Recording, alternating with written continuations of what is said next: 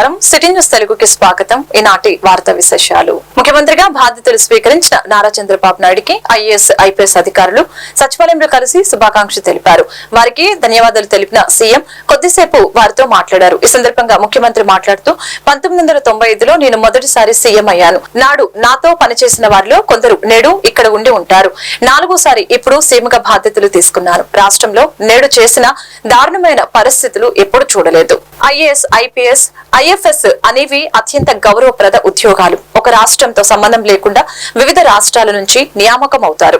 ఇక్కడున్న కొందరు అధికారులు గతంలో ఆదర్శవంతంగా పనిచేశారు. కానీ గత 5 ఏళ్లలో మాత్రం ఏం చేశారో మీరే ఆత్మ విమర్శ చేసుకోవాలి. పరిపాలన ఇంత అన్యాయంగా తయారవుతుందని నేనెప్పుడు ఊహించలేదు. డిపార్ట్మెంట్లన్నీ నిస్తేజం అయ్యాయి. సిస్టమ్స్ అన్ని నిర్వీర్యం అయ్యాయి.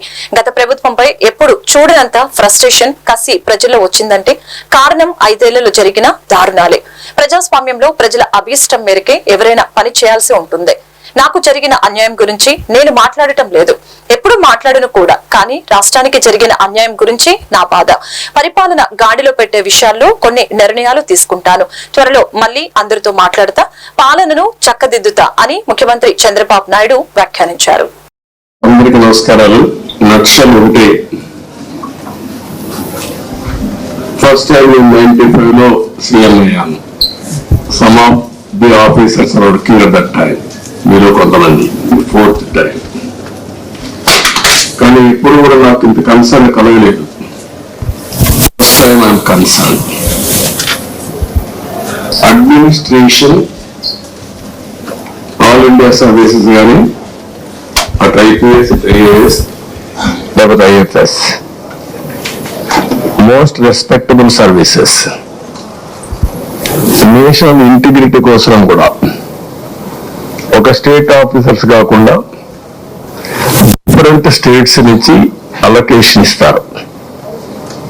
అది ఇండిపెండెన్స్ వచ్చినప్పటి నుంచి. ఇదే ఆఫీసర్స్ 95లో బ్రహ్మాండంగా ఈరోజు జరిగిన డెవలప్మెంట్ అంతా కంట్రీకి ఒక ఆదర్శంగా చేశారు. కానీ ఈ 5 ఏళ్ళు మాత్రం ఏం చేశారో మీరే ఆత్మవిమర్శ చేసుకోవాలి. I don't want to tell all these things now. ఎందుకంటే నేను చూసిన తర్వాత అడ్మినిస్ట్రేషన్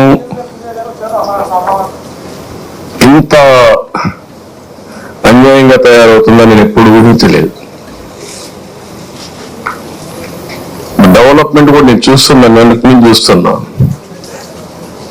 డిపార్ట్మెంట్స్ అన్ని కూడా డీఫంక్ట్ అయినాయి. సిస్టమ్స్ అన్ని కూడా డీరేల్ అయిపోయినాయి. నేను మాట్లాడతాను. నా మీద ఒక పవిత్ర నర్సరావుపేట పట్టణంలోని సత్తెనపల్లి రోడ్లో గల డాక్టర్ కోడెల శివప్రసాదరావు క్రీడా ప్రాంగణాన్ని అభివృద్ధి చేస్తామని ఎమ్మెల్యే డాక్టర్ చదలవాడ అరవింద్ బాబు శుక్రవారం తెలిపారు. ఈ సందర్భంగా ఆయన బీజేపీ, జనసేన, టీడీపీ నాయకులతో కలిసి స్టేడియాన్ని సందర్శించారు. వాకింగ్ ట్రాక్, స్విమ్మింగ్ పూల్ పరిశీలించారు. గత ప్రభుత్వ హయాంలో స్టేడియం నిరాధారణకు గురైందని తెలిపారు.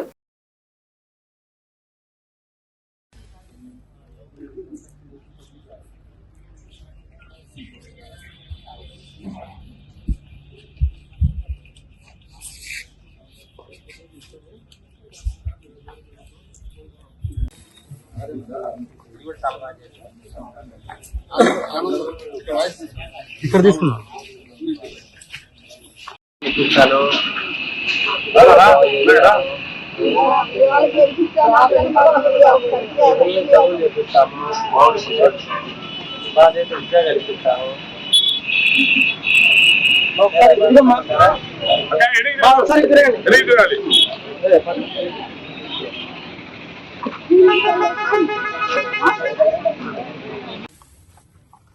మీడియా సోదరులందరికీ కూడా ధన్యవాదాలు తెలియజేస్తూ, మరి ఎలక్షన్ 2024 అయిన తర్వాత మన నర్సరావుపేట ఎమ్మెల్యేగా మీ అరవింద్ బాబు వాళ్ళ డాక్టర్ కోడెల శివప్రసాద్ గారి స్టేడియంని దర్శించడం జరిగింది.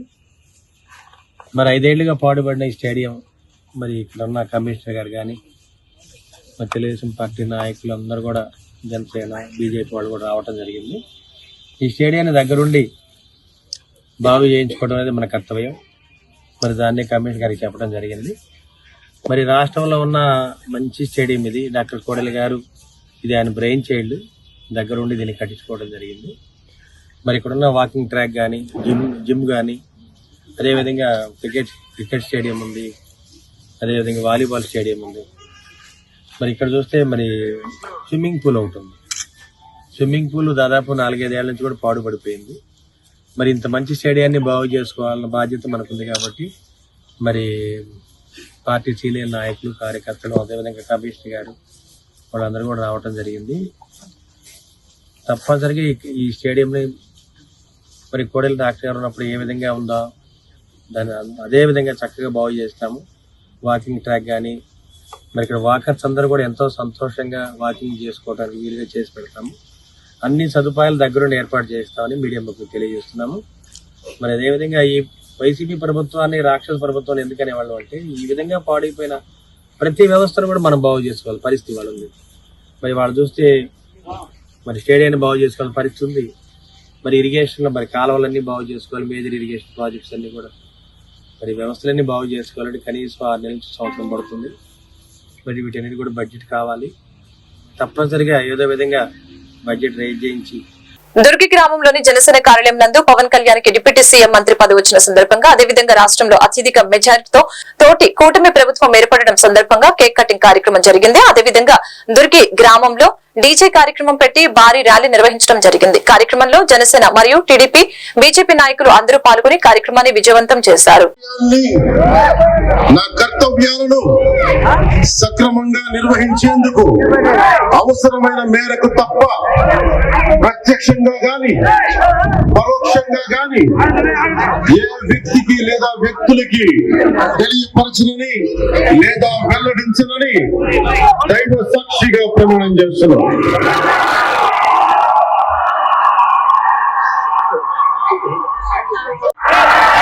శాసనం ద్వారా నిర్మితమైన భారత రాజ్యాంగం పట్ల నిజమైన విశ్వాసం, విధేయత చూపుతానని, భారతదేశ సార్వభౌమాధికారాన్ని, సమగ్రతని కాపాడుతానని ఆంధ్రప్రదేశ్ రాష్ట్ర మంత్రిగా నా కర్తవ్యాలను శ్రద్ధతో, అంతఃకరణ శుద్ధితో నిర్వహిస్తానని, భయం గాని, పక్షపాతం గాని, రాగద్వేషాలు గాని లేకుండా రాజ్యాంగాన్ని, శాసనాలని అనుసరించి ప్రజలందరికీ న్యాయం చేకూరుస్తానని దైవ సాక్షిగా ప్రమాణం చేస్తున్నాను.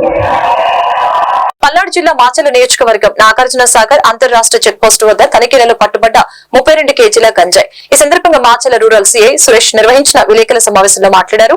నాగార్జున సాగర్ చెక్ పోస్టు వద్ద సాధారణ వాహన తనిఖీలు చేస్తూ ఉండగా ఒక కారులో గంజాయి ఉన్నట్లుగా ముందస్తు సమాచారం అందడంతో ఆ కారుని అదుపులోకి తీసుకున్నారు. కారులో ప్రయాణిస్తున్న వడకం రాంబాబు, మురగ రాజేశ్వరి, చోలంగి చంద్రశేఖరను ముగ్గురిని అల్లూరు సీతారామరాజు జిల్లా రంపచోడవరం నుంచి ఈ గంజాయి మొత్తాన్ని చిత్తూరు జిల్లా మదనపల్లికి తరలించేందుకు వెళ్తున్నట్లు తెలిపారు. పట్టుబడ్డ గంజాయి విలువ సుమారు 3,20,000 రూపాయలు ఉంటుందని సీఐ సురేష్ తెలియజేశారు. ఈ సంఘటనలో పట్టుబడ్డ నిందితుల్ని, గంజాయిని, వాహనాన్ని స్వాధీనపరుచుకొని కేసు నమోదు చేసి కోర్టులో హాజరుపరుస్తున్నట్లు సీఐ తెలిపారు.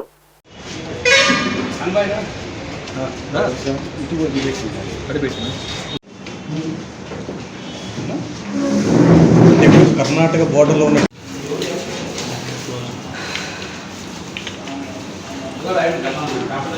మధ్యాహ్నం 1 గంటల సమయంలో సాధారణ తనిఖీల భాగంగా నాగార్జున సాగర్ చెక్ పోస్ట్ దగ్గర తనిఖీలు నిర్వహిస్తుండగా మాకు అనుమానాస్పదంగా ఒక కారు కనిపిస్తుంది. ఆ కారు నెంబరు KA03MD2710. పోర్టుగాల్లో మమ్మల్ని చూసి వాళ్ళు కారు పరిగెత్తుంటే మేము పట్టుకొని వాళ్ళు ఎవరంటే మడకం రాంబాబు, ఈ రంపచోడవరం మండలం, సీతపల్లి, అల్లూరు సీతారామరాజు జిల్లా, అలాగే బురుగు రాజేశ్వరి, అలాగే చోలంగి చంద్రశేఖర్, వీళ్ళు ముగ్గురు అనుమానాస్పదంగా ఉంటే వాళ్ళు విచారిస్తే వాళ్ళు రంపచోడవరం నుంచి గంజాయి తీసుకొని వాళ్ళు మదనపల్లి వైపు వెళ్ళి అక్కడ కర్ణాటకలో దీన్ని అమ్ముతారని తెలిసింది. అందులో భాగంగా వాళ్ళ కాడి నుంచి మేము సుమారు 32 కిలోలు గంజాయిని స్వాధీనం చేసుకున్నాము. వాళ్ళ మీద కేసు రిజిస్టర్ చేసి వాళ్ళని అరెస్ట్ చేసి కోర్టులో ప్రొడ్యూస్ చేస్తారు. పల్నాడు జిల్లా క్రోసూరు మండలంలోని దొడ్లేరు క్రోసూరు గ్రామాల్లోని అన్ని వసతి గృహాల్లో మలాథియన్ 25% పౌడర్ తో దోమల నిర్మూలన కార్యక్రమం శుక్రవారం చేపట్టినట్లు ఆరోగ్య విస్తరణ అధికారి సికా శాంసన్ తెలిపారు. ఈ కార్యక్రమంలో మలేరియా సబ్ యూనిట్ అధికారి షేక్ బేగ్ ఆధ్వర్యంలో నిర్వహించినట్లు తెలిపారు. ఈ కార్యక్రమంలో Kasturba school principal Indira Priyadarshini, BC hostel warden Bandi Rattaiah, model school president మరియు ఆరోగ్య ఆశా కార్యకర్తలు పాల్గొన్నారు.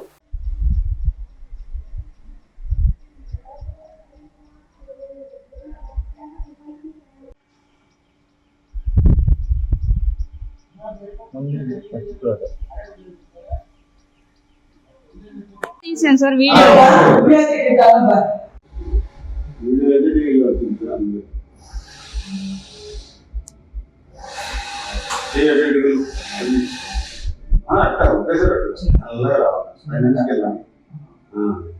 ఈ బొమ్మతో అటు ఇటు పట్టుకోదు వీడియో అయితే టీవీలో వచ్చింది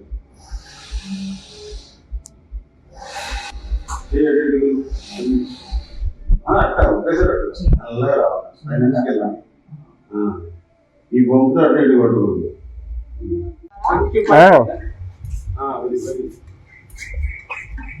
ఇదే కాబట్టి వీడియోనే ఫోటో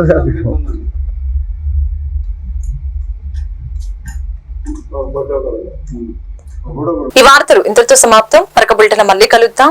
నమస్కారం.